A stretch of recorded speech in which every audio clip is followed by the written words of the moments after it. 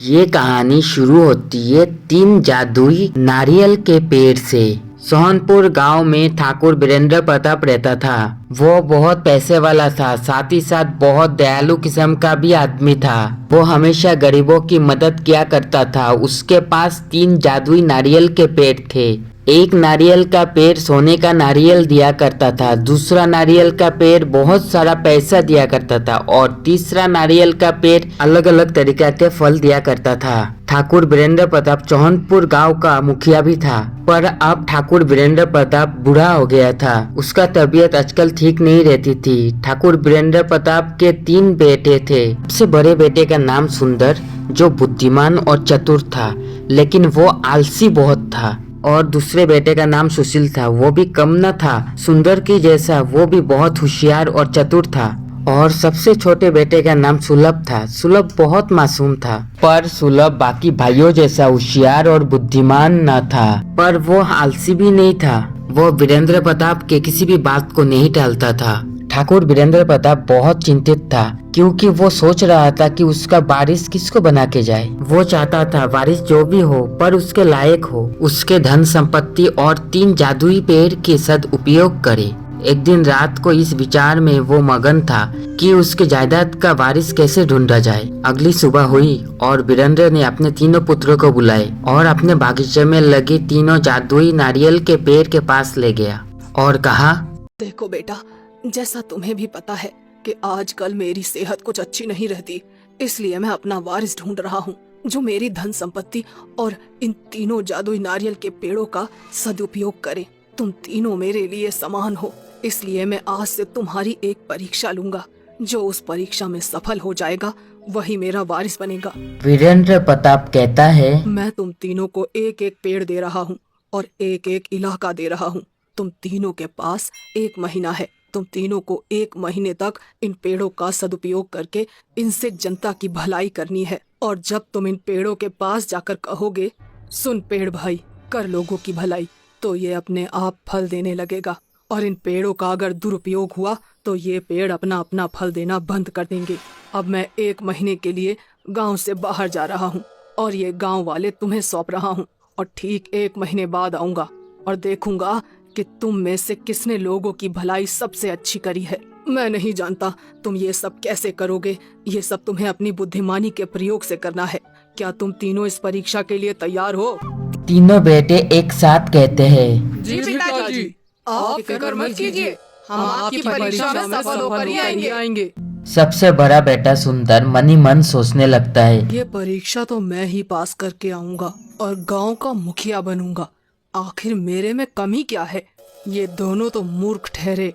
और दूसरा बेटा सुशील मन ही मन सोचने लगता है, आखिर वो तो पिताजी को भी पता है कि मुखिया कौन बनेगा। मुखिया बनने के लिए योग्य सिर्फ मैं ही हूँ।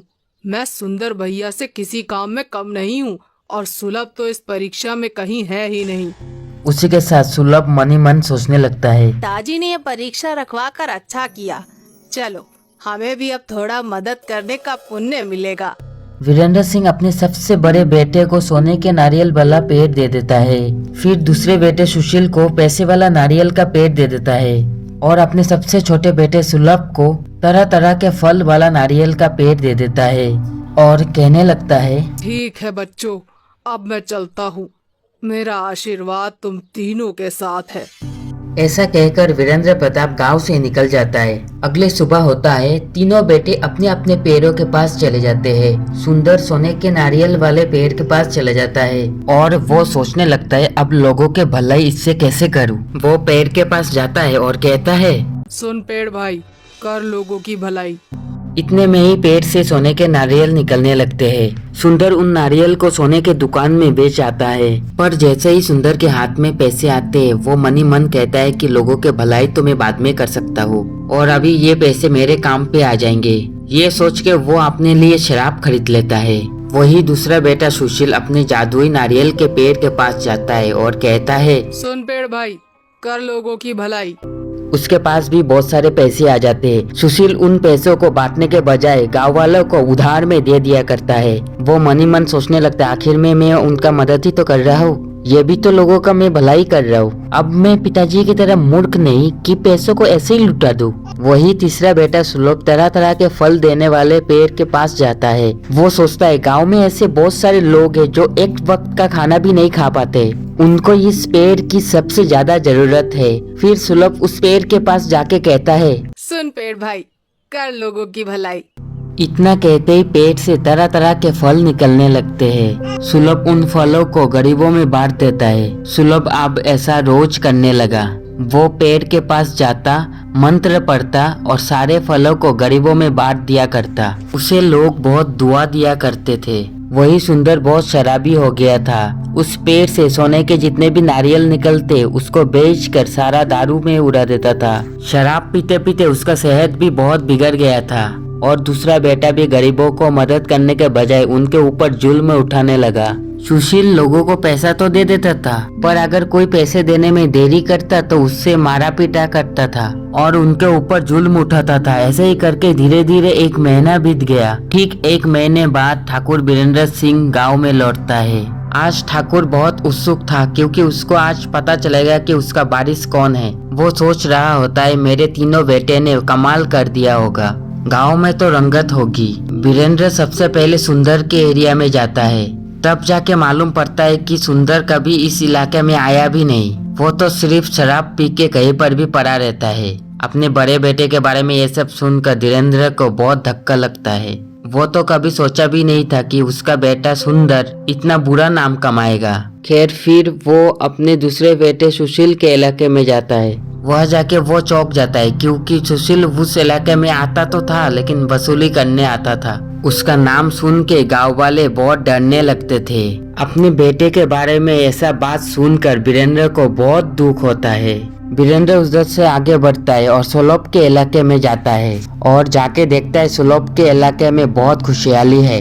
लोग मस्ती में अपना काम कर रहे हैं और सुलभ को बहुत सारे दुआएं दे रहे हैं। सुलभ का तारीफ सुनकर बीरेंद्र बहुत खुश होता है। बीरेंद्र वहाँ से सीधा अपने घर जाता है और अपने तीनों बेटे को अपने रूम में बुलाता है। तीनों बेटे बीरेंद्र के पास जाते हैं। सुरेंद्र और सुशील बीरेंद्र को देखकर उसके चरणों के पास पड़ जाते हैं और कहने लगते हैं, पिताजी हमें माफ कर दीजिए पिताजी, हम लोगों की भलाई नहीं कर सके।